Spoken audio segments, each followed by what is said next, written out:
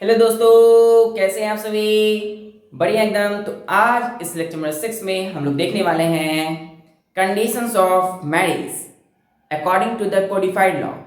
तो बहुत दिनों के बाद आप सभी का लॉ की इस दुनिया में स्वागत है। तो चलिए पढ़ाई करते हैं। कंडीशन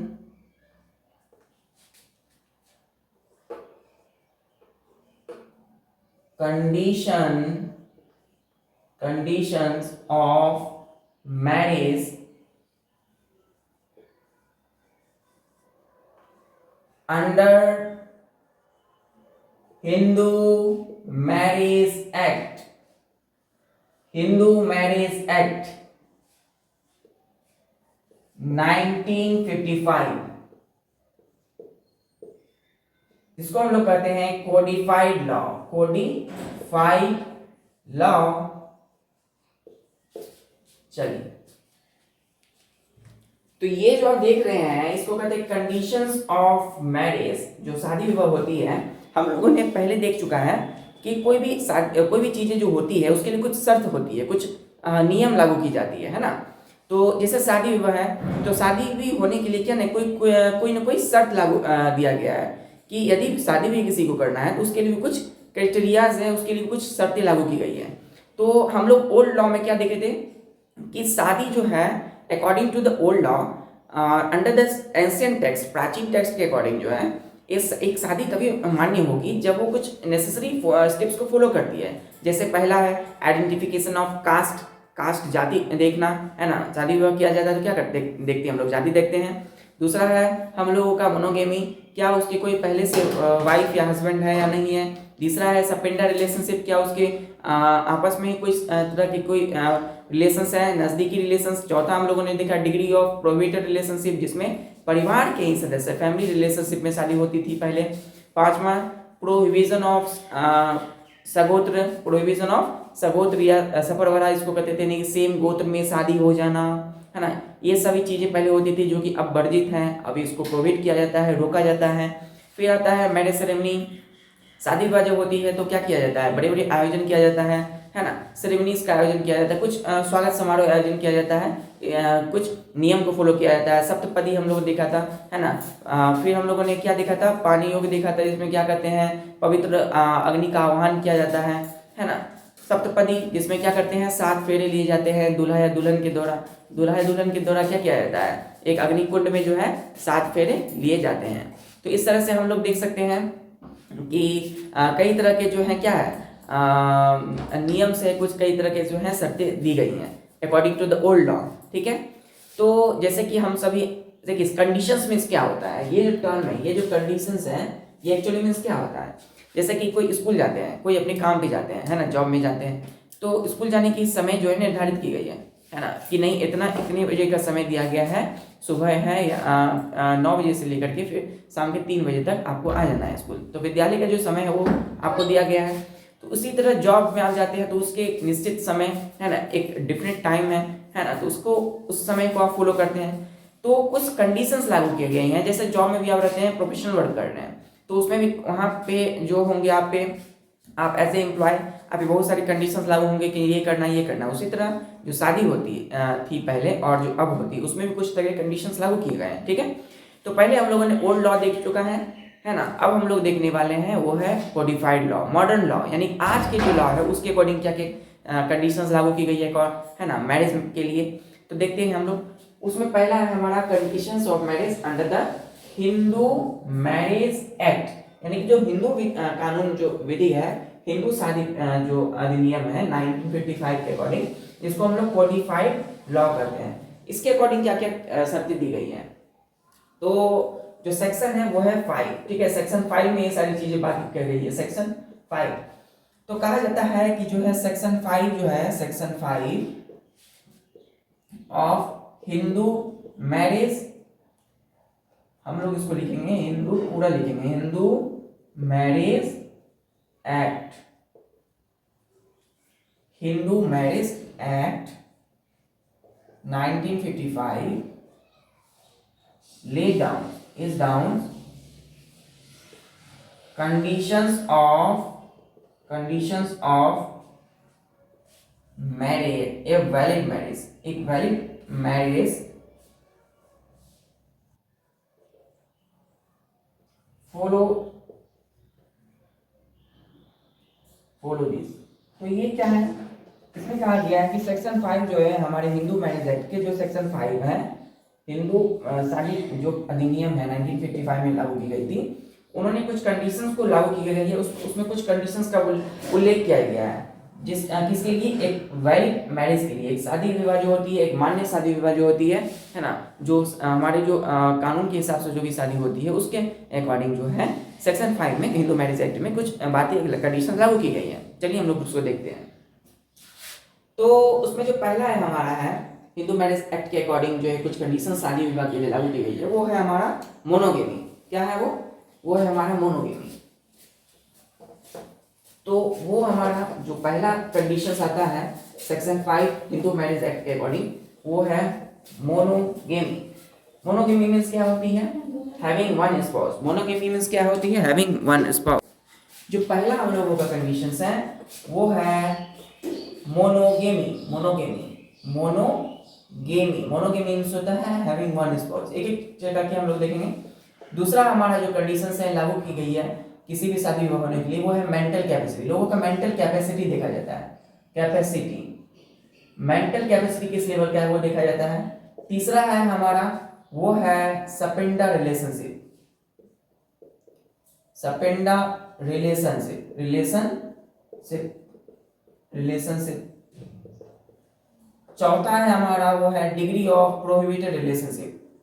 डिग्री ऑफ, जिसको हम लोग पहले देख चुके थे कि सेम रिलेशंस में फैमिली शादी होती है नहीं होती, ये सारी चीज जो कि अब नहीं है, इसके अकॉर्डिंग टू द कोडिफाइड या मॉडर्न लॉ के according. Degree of prohibited relationship. पांचवा है जो लास्ट है हमारा वो है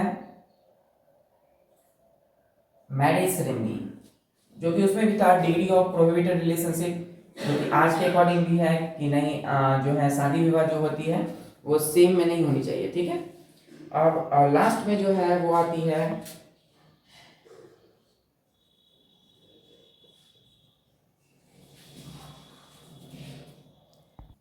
जो हमारा पांचवा है वो है एज ऑफ पार्टीज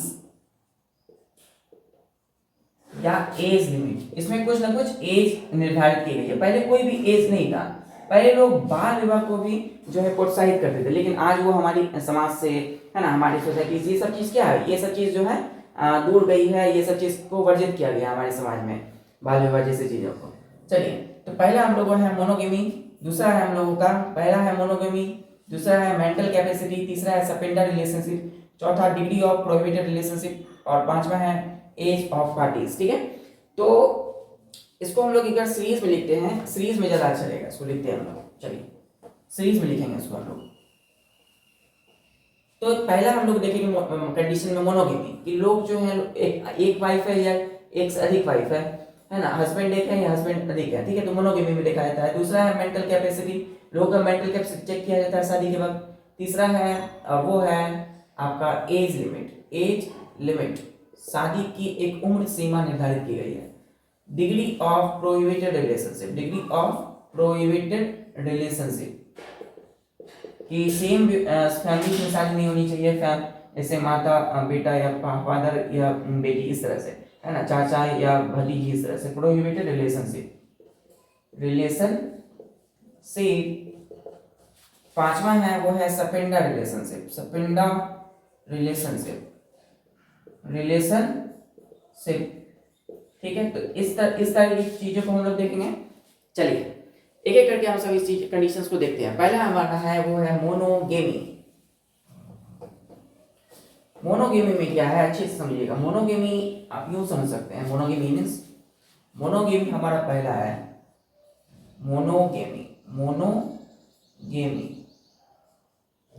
मोनोगेमी कहता है कि नहीं, जो पार्टीज होनी चाहिए, मोनोगेमी मीन्स होता है, it means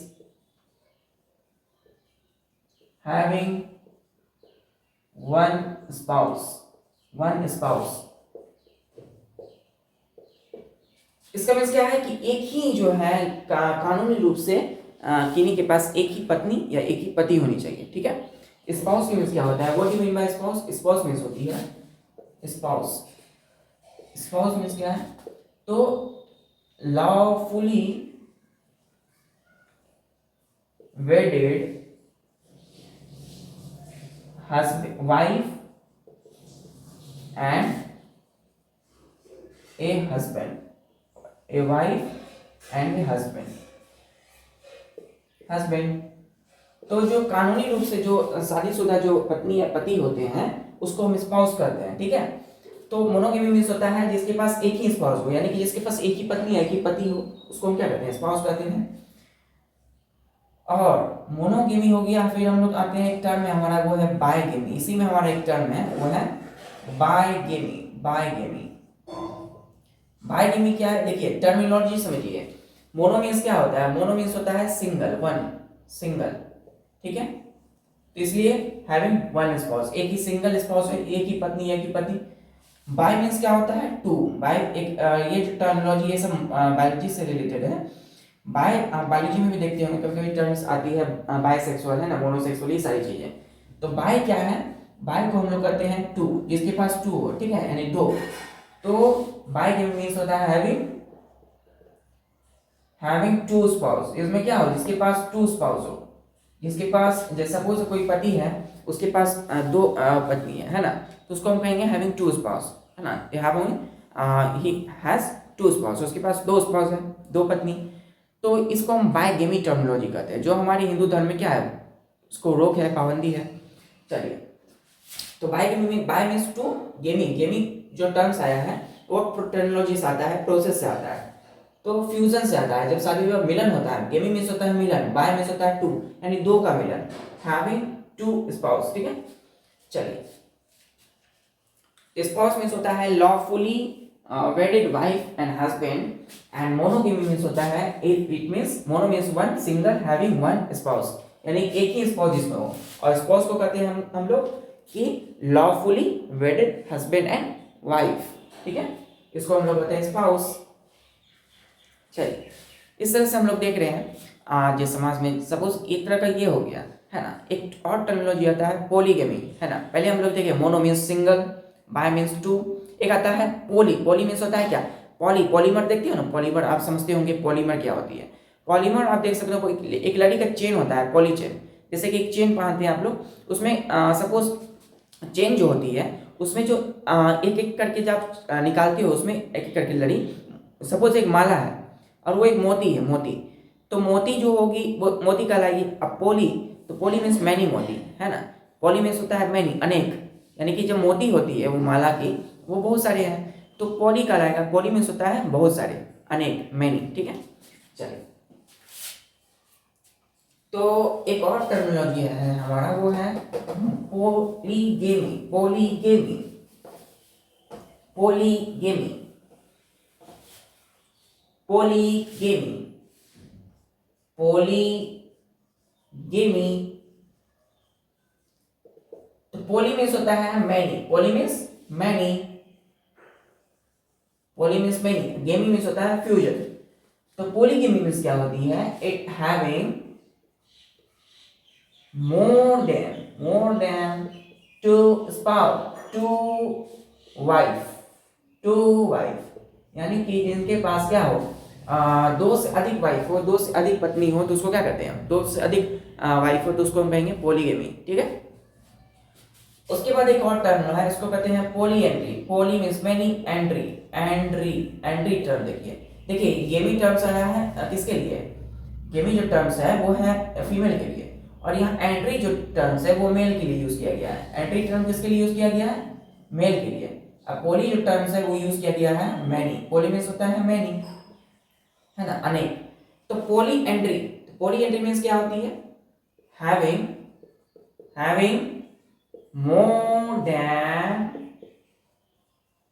more than two husband। तो जिसके पास क्या हो, जिसके पास दो से अधिक हस्बैंड हो, है ना, एक हस्बैंड नहीं, एक से अधिक, दो से अधिक हस्बैंड, तो उसको कहते हैं पॉलीएंड्री, है ना, है ना, ये इंटरेस्टिंग बात। तो पॉलीगेमी मीन्स क्या होती है, having more than one wife, having more than two wife, है ना, having more than one wife. उसको यूं भी कर सकते हैं हम लोग कि पॉलीगेमी जो है हम लोग कह सकते हैं more than one wife, more than two wife, ठीक है। तो दो से अधिक जो होती है उसको कहते हैं पॉलीगेमी। पॉलीगेमी मीन्स क्या, poly means many, poly entry, entry terms आया मेल के लिए, यानी कि जिसके पास क्या हो, दो से अधिक पति हो, हस्बैंड हो, उसको क्या कहते हैं, पॉली एंट्री कहते हैं, ठीक है। चलिए, क्या कहा गया है कि हिंदू जो है, Hindu can't have more than one wife, है ना, हिंदू के पास जो है एक से अधिक बीवी नहीं होनी चाहिए, एक से अधिक पत्नी नहीं होनी चाहिए, ठीक है।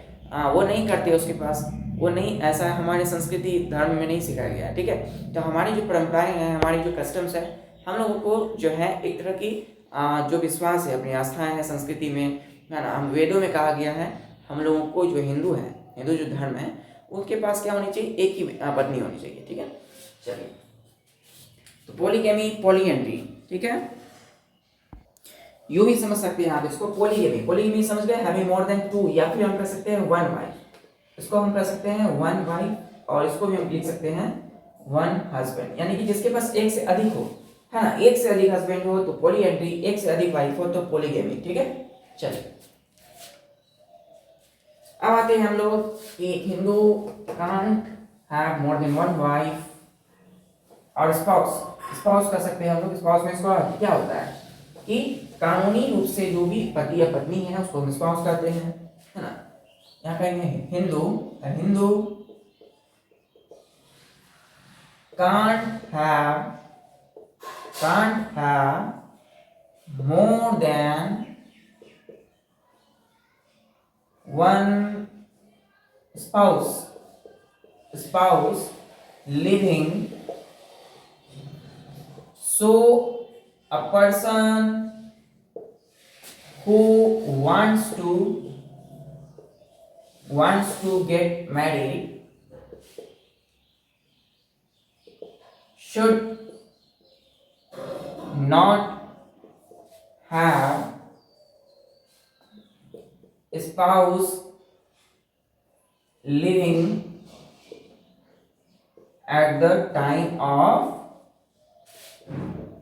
मैरिज, यानी कि जिससे भी शादी, आप सपोज आप पहले से रिलेशन में हो किसी के साथ, तो आप शादी कैसे कर सकते हो, इसका मीनिंग हो गया, ठीक है।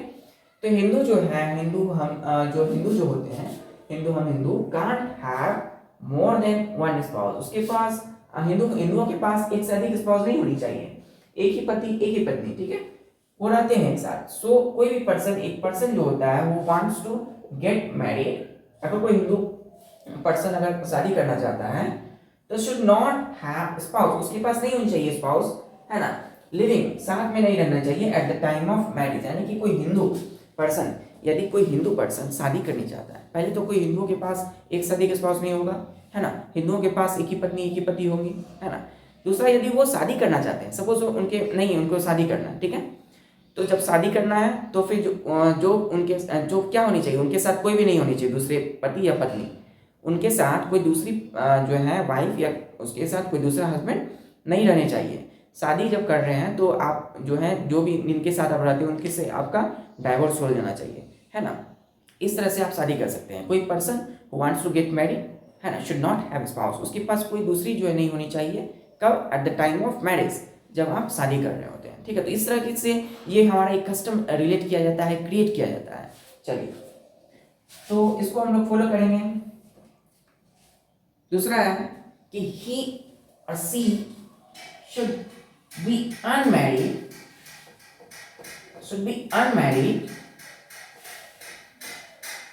उस क्या होनी चाहिए, अनमैरिड होनी चाहिए। जिनको भी शादी करना है, ही या सी should be unmarried,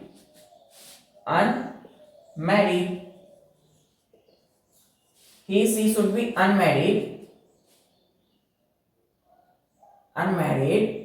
होनी चाहिए, या हम कह सकते हैं और विडो और डाइवोर्स,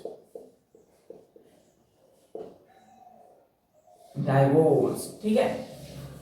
चलिए, तो जिनको भी सपोज अगर जिनको भी शादी करनी है तो पहले वाले के साथ उनका डाइवोर्स हो जाना चाहिए, तब वो शादी कर सकते हैं, तब वो वैलिड होगा according to the Hindu marriage act 1955।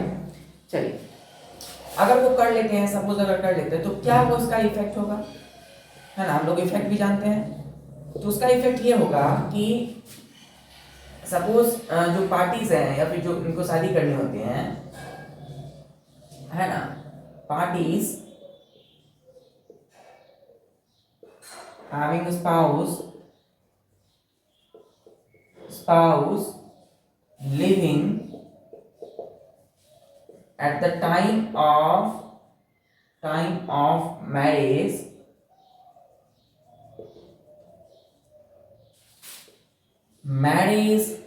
Again वो फिर से शादी कर लेते हैं, ठीक है, तो ही या सी जो भी शादी कर रहे हैं इज गिल्टी, वो दोषी कहलाएंगे, guilty of bigamy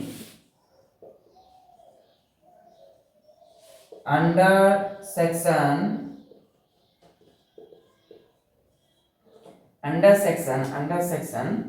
17 of Hindu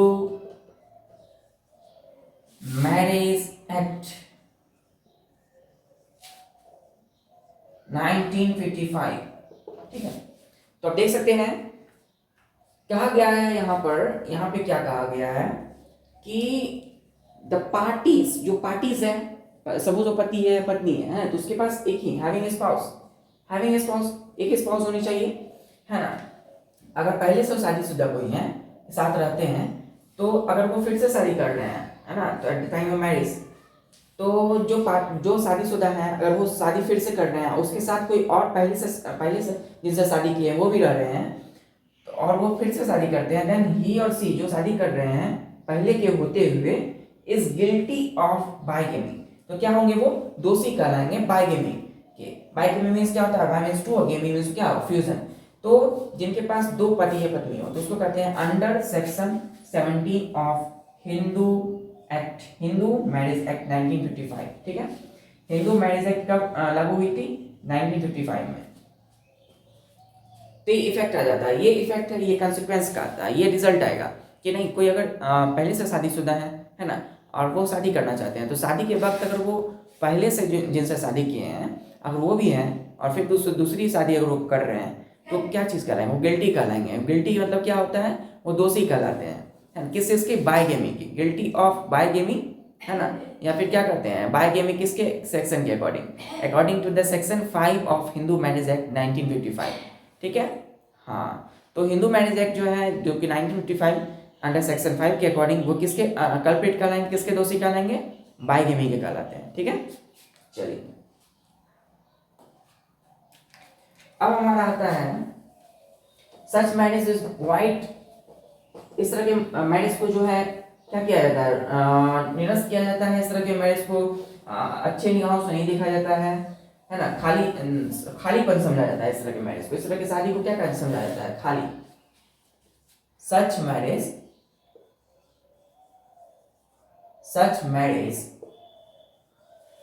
is void under section 11 of Hindu Marriage Act 1955। ठीक है, तो सेक्शन 5 में भी कहा गया है, सेक्शन 5 में भी कहा गया है, सेक्शन 17 में भी कहा गया है, और सेक्शन देखिए दो सेक्शन में ये बात कही गई है कि अगर पहले के रहते हुए अगर कोई दूसरी शादी करते हैं तो वो दोषी कहलाएंगे बाइगेमी के। ठीक है, किसके अकॉर्डिंग, सेक्शन 17 और सेक्शन 11 के अकॉर्डिंग। ठीक है, तो इस तरह से शादी को वाइट खालीपन समझा जाएगा, इसका कोई मान्य नहीं करेगा। ठीक है, कोई मान्य नहीं होगा इस तरह की शादी को। फिर आती है कि जो मैरिज है ना, जो मैरिज होती है, और वो अगर मतलब इस तरह की चीजें को जो दोषी कहलाते हैं, है ना, a person is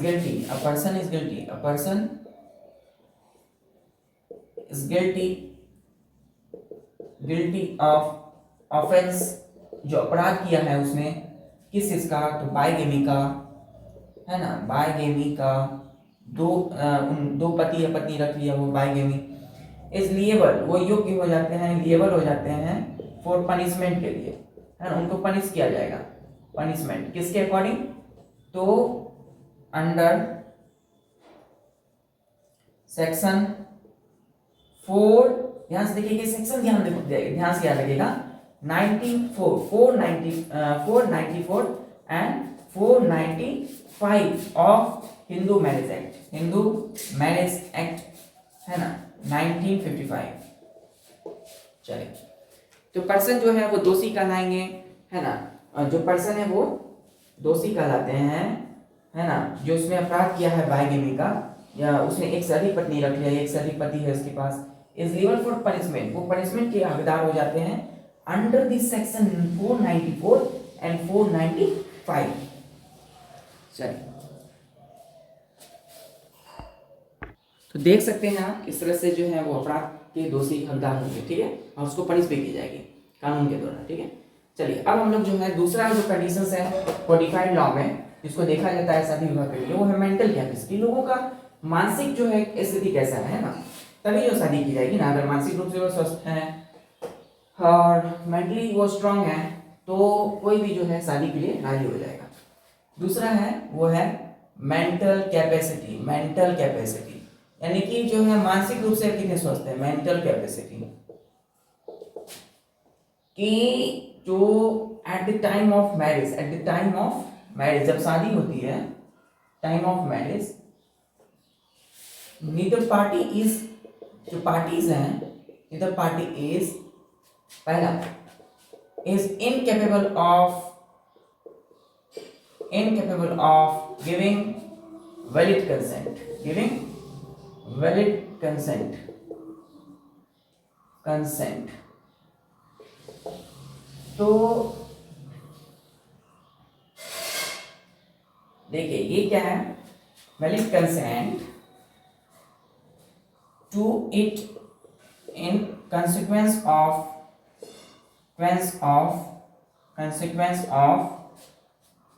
unsoundness of mind, unsoundness of mind।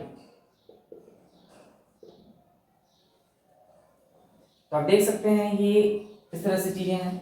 क्या है कि लोग देखते हैं ना कि आपका व्यवहार क्या है, आपकी वस्तु स्थिति क्या है, आप किस तरह से लोगों को कॉन्ट्रैक्ट मतलब किस तरह से लोगों को कम्युनिकेट करते हैं, एक दूसरे से कैसे जोड़ते हैं, इसी को हम लोग मेंटल विकास कहते हैं, मेंटलिटी कहते हैं, है ना, मेंटल कैपेसिटी कहते हैं, है ना, मानसिक स्थिति पर मानसिक कैपेसिटी आपकी कितनी है, तो इसको हम लोग कहते हैं मेंटल कैपेसिटी, है ना। मेंटल वेट कितने हैं आप, स्ट्रांग कितने हैं, कैसे पता लगेगा?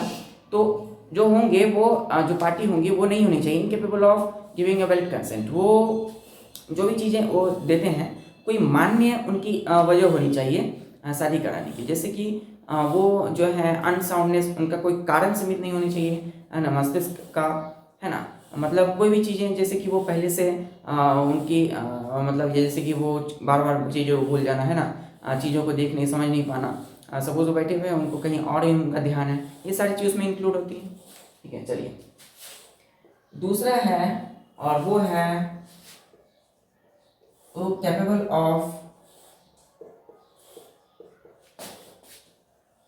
गिविंग वैलिड कंसेंट, ठीक है, दोनों बात इसमें हो सकती है, वैलिड कंसेंट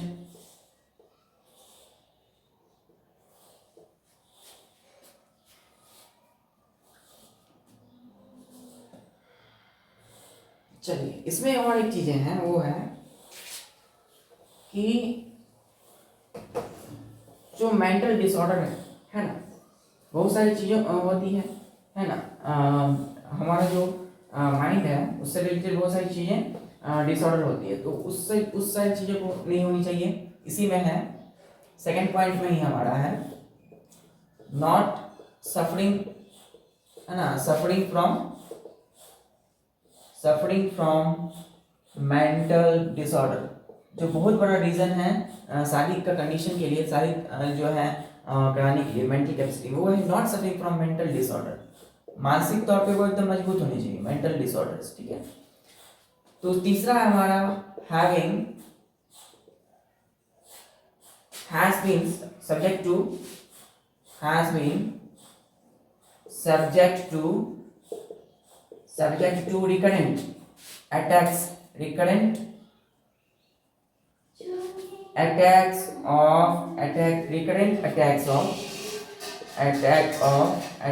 of insanity और एपिलेप्सी, ठीक है, एपिलेप्सी हम कह सकते हैं इसको। तो आप देख सकते हैं कि जो क्या होनी चाहिए, पागलपन का दौरा, मिर्गी लग जाना, लोगों बार बीच में ही एकदम पागलपन चढ़ जाना, है ना, ये सारी चीज़ें नहीं होनी चाहिए। आप बैठे हैं, अरे आपसे बात कर रहे हैं तो आप किसी और की बात उसमें उलझा रहे हैं, है ना, आपको कहा गया आप 2 मिनट शांत रहें तो आप बीच में ही, ये सारी चीज़ें उसमें नहीं होनी चाहिए, है ना। तो लोगों को कभी कभी उसका अटैक भी चढ़ता है ना। तो उस सारी चीज़ें जिनको भी इस तरह की प्रॉब्लम है, जैसे पागलपन का दौरा चढ़ना, है ना, तो ये सारी चीज़ में नहीं होनी चाहिए। एक कंडीशंस है मैरिज का, शादी होती है, विवाह होती है, सारी चीज़ों को देखा जाता है ना। जो लड़की वाले हैं वो देखते हैं, जो लड़के वाले हैं वो देखते हैं, तो दोनों एक दूसरे से मिला करके देखते हैं, है ना। चलिए, तो एपिलेप्सी, ये सारी चीज़ में निम्नलिखित है। चलिए, दूसरा है हमारा, वो है एज लिमिट। जो शादी होती है उसमें कुछ न कुछ एज निर्धारित की गई है कानून के अकॉर्डिंग। हिंदू मैरिज एक्ट में कुछ एज निर्धारित की गई है, जैसे कि जो तीसरा है हमारा, वो है एज लिमिट। एज लिमिट का मतलब क्या होता है कि जो ब्राइड ग्रूम है ना, जो दूल्हा होते हैं, bride groom has to complete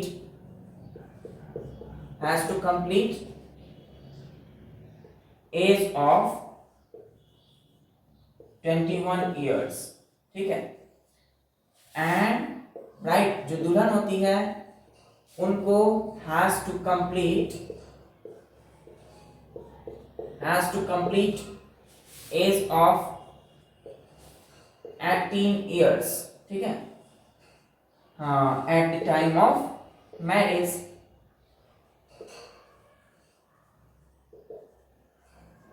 चलिए, तो क्या होनी चाहिए, हम लोग देख चुके हैं क्या कि जो हमारी शादी होती है तो उसके लिए जो दूल्हा होते हैं, जो लड़के वाले होते हैं, उसकी आयु कितनी होनी चाहिए, न्यूनतम जो आयु होनी चाहिए वो 21 years होनी चाहिए। 21 साल जब हो जाते हैं, 21 साल के जब हो जाते हैं कोई लड़के, तो उसकी शादी करा दी जाती है। लड़की की जो है उनकी विवाह 18 years 18 साल होती है तो उसकी शादी करा दी जाती है, according to the present codified law, है ना, अकॉर्डिंग टू द ये जो हमारे हिंदू मैरिज एक्ट के अकॉर्डिंग है, ठीक है। ये जो है प्रावधान किया गया है। ये तीसरा कंडीशन है एज लिमिट्स। चौथा है हमारा, वो है degree of prohibited relationship. Degree of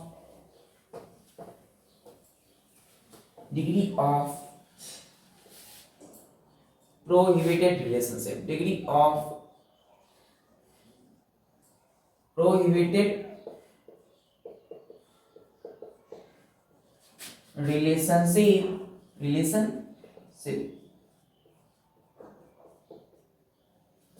हाँ, तो ये जो कंसेप्ट थी, पहले लोग क्या करते थे कि बाल विवाह करा देते थे, बच्चे में ही शादी करा देते थे, है ना, मतलब 7 साल की हुई, है ना, या कोई भी बच्चे या बच्ची, या 10 साल के या 14 साल में हो गए, है ना, वो बाल अवस्था है, उनका खेलने का उम्र है ना, वो उनका जो है विकास करने का स्थिति है, डेवलपमेंट का एज है, उसमें शादी करा देते थे लोग। तो ये बाल अवस्था जो है इसी में शादी करा देते थे, जिसको बाल विवाह कहा गया, जो कि आज which is must be restricted, है ना, टू आवर सोसाइटी। हमारी सोसाइटी में क्या है, ये सारी चीज़ें रेस्ट्रिक्टेड है, इन सारी चीज़ों पर पाबंदी लगाई गई है। हमारा जो कानून है, भारतीय जो संविधान है, इसके द्वारा क्या की गई है, कुछ ना कुछ के लिमिट किया गया है। नहीं, बाल विवाह जो है बहुत ही मतलब हमारे समाज के लिए साबित है वो, है ना। इससे क्या होगा कि इससे ग्रोथ रुक जाएगा, है ना, ग्रोथ नहीं होगा। ये सारी चीज़ बात सामने आई। सपोज कोई बच्चे का शादी हो गया तो वो बच्चा क्या समझ रहा है, क्या नहीं है, तो उसका शादी जो करा दिया गया, फिर हमारे कंट्री के लिए, हमारे देश के लिए आगे वो क्या करेगा, है ना, वो अपना विकास कैसे करेगा, ये सारी चीज़ देखा जाता है। शादी अगर हो जाती है तो वो एक दूसरे को संभालेंगे कैसे, है ना, सारा बोझ तो माता पिता कर रहे हैं। माता पिता पहले के ज़माने में क्या होता था, जो शादी जो कराने वाले होते थे उनको सिर्फ धन दौलत से मतलब था, है ना, तो शादी करा देते थे। लेकिन आज लोग शिक्षित हुए हैं, है ना, today's the people must be educated. जो लोगों को अवश्य क्या होनी चाहिए, शिक्षित होना चाहिए, शिक्षा लोगों को ग्रहण करनी चाहिए, लोगों को बातें पता होनी चाहिए कि अगर इस तरह का कंडीशन हुआ तो क्या होगा, अगर ये जिस दिन समझ में आया तो सही होने लगेगा सारी चीज़, है ना। तो ये सारी चीज़ जो है आज कहीं ना कहीं हद तक रुका है, लोग समझदार हुए हैं और बाल विवाह जैसी प्रथाओं को जो कुप्रथा कहलाती थी आज वो समाप्त हुई है। ठीक है, चलिए दूसरा है चौथा हमारा जो कंडीशनशिप, डिग्री ऑफ प्रोहिबिटेड रिलेशनशिप। इसमें क्या है कि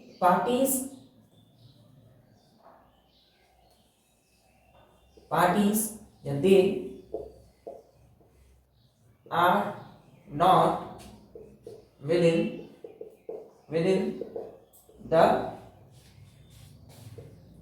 degree of prohibited relationship, prohibited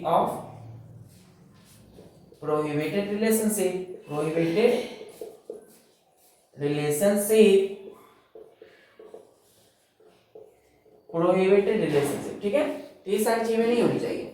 उसके बाद क्या है, इसमें एक चीज और आती है कि अगर ऐसा होता है तो देखिए प्रोहिबिटेड रिलेशनशिप का मीनिंग हम लोग समझ चुके हैं कि जो मैरिज है, marriage between the certain families, जैसे marriage between the father and daughter, marriage between the mother and son, marriage between the uncle and niece, marriage between two sisters and two brother, है ना, भाई बहन में शादी। तो ये सारी चीजें जो है फैमिली में, एक निश्चित फैमिली में शादी करा देना क्या कहलाती थी, प्रोहिबिटेड रिलेशनशिप कहलाती थी पहले, जो कि अब क्या है, रेस्ट्रिक्टेड है हमारे समाज से। चलिए पांचवा हमारा आता है वो है सपेंडा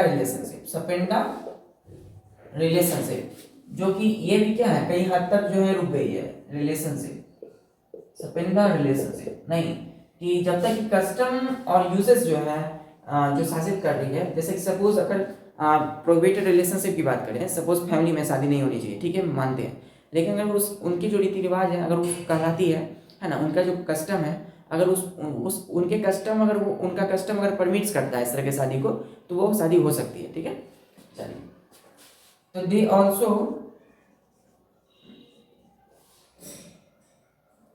नॉट वैलिड, ठीक है, ये भी क्या है, वैलिड नहीं है, आज ये भी वैलिड नहीं है, इसको भी मान्यता नहीं दी गई है। चलिए तो इस तरह से हम लोगों ने क्या देखा, पहला डिग्री ऑफ प्रोहिबिटेड रिलेशनशिप, मतलब कि they are not within the degree of prohibited relationship, जिनका शादी होता है वो इस तरह की चीजों में नहीं होनी चाहिए। सपिंडा रिलेशनशिप मतलब कि जो पार्टीज हैं जिनको शादी करनी है, are not sapinda to each other, एक दूसरे के पूरक नहीं होनी चाहिए, एक दूसरे से मतलब उनका जो गोत्र है ना, ये सारी चीजें नहीं मिलनी चाहिए। हम लोग गोत्र के विषय में पढ़ चुके हैं कि जब मैरिज सेम गोत्र में होता है उसको सगोत्र कहते हैं, है ना, जो पहले इस तरह की चीज़ों को रेस्ट्रिक्ट किया गया था, रोका नहीं गया था, जो कि आज रोका गया है, क्योंकि आज लोग शिक्षित हुए हैं, सभ्य सोसाइटी का निर्माण हो रहा है ना।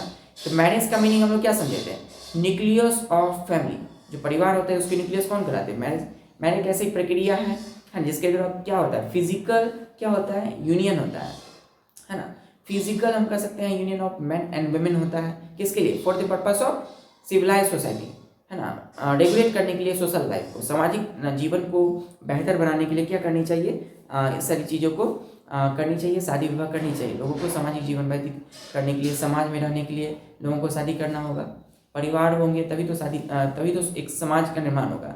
समाज का, सोसाइटी का निर्माण कैसे होता है, परिवार से, और परिवार समाज का निर्माण करता है, समाज जो है क्या करते हैं, एक पूरे देश को हैंडल करते हैं, पूरे देश को वो चलाते हैं, तो एक समाज ही जो है देश का निर्माण भी कर सकता है। ठीक है, एक सभ्य समाज, एक अच्छा शिक्षित समाज, है ना, इलिटरेट नहीं, शिक्षित समाज। चलिए तो इस तरह से हम लोग जो है आज conditions of marriage under the Hindu marriage act according हम लोग देखा, जो शादी विवाह होती है उसके लिए कुछ शर्तें हैं, किसके अकॉर्डिंग देखा, under the Hindu marriage act, है ना, 1955 में जो भी चीज़ें की गई है, सेक्शन 5, है ना, उसके में क्या किया गया है, मोनोगेमी दिया गया है। दूसरा है हमारा वो क्या है, मोनोगेमी के बाद हम लोगों ने देखा कि कौन क्या है, हम लोगों का मेंटल कैपेसिटी भी चेक किया जाता है शादी के वक्त। उसके बाद तीसरा एज लिमिट्स है, न्यूनतम आयु कितनी होनी चाहिए, वो भी है 21 वर्ष लड़कों के लिए और लड़कियों के लिए 18 वर्ष। ठीक है, फिर है डिग्री ऑफ प्रोहिबिटेड रिलेशनशिप चौथा। पांचवा होता है हमारा सपेंडा रिलेशनशिप नहीं होनी चाहिए। तो इस तरह से हम लोगों ने जो है अलग अलग जो है कंडीशंस को देखा according to the Hindu marriage act. ठीक है, कोई पहले से शादीशुदा है अगर वो तो वो दूसरी शादी नहीं कर सकते, अगर वो करते हैं तो वो किसके दोषी होंगे, वो बाइगेमी के दोषी होंगे। किसके अकॉर्डिंग है, according to under this section 17 and section 494 and 495 के अकॉर्डिंग उसको पनिशमेंट दिया जाएगा। ठीक है, तो इस तरह से आज हम लोगों ने जो है कंडीशंस ऑफ मैरिज को अच्छे से देखा according to the codified law, है ना, संविदा विधि कानून में जो भी बातें की गई है, संविदा विधि में जो भी बातें उल्लेखित की गई है, उस चीज़ों को हम लोगों ने देखा और बड़ी ही इंटरेस्टिंग वे में देखा। ठीक है, तो चलिए लास्ट जो मोटिवेशन कोटेशन यही है कि you are the keys to your success, you are the keys to your success. आप ही अपनी सफलता के चाबी हो। अगर आप आज प्रेजेंट टाइम में जो भी चीज़ें कर रहे हैं यही आपका कल का निर्माण करेगी, यही आपका कल निर्धारण करेगी। इसलिए आप आज पर फोकस कीजिए, आपका कल बेहतर ऑटोमेटिक हो जाएगा। ठीक है, तो ठीक है, पढ़ाई करते रहिए। All the very best.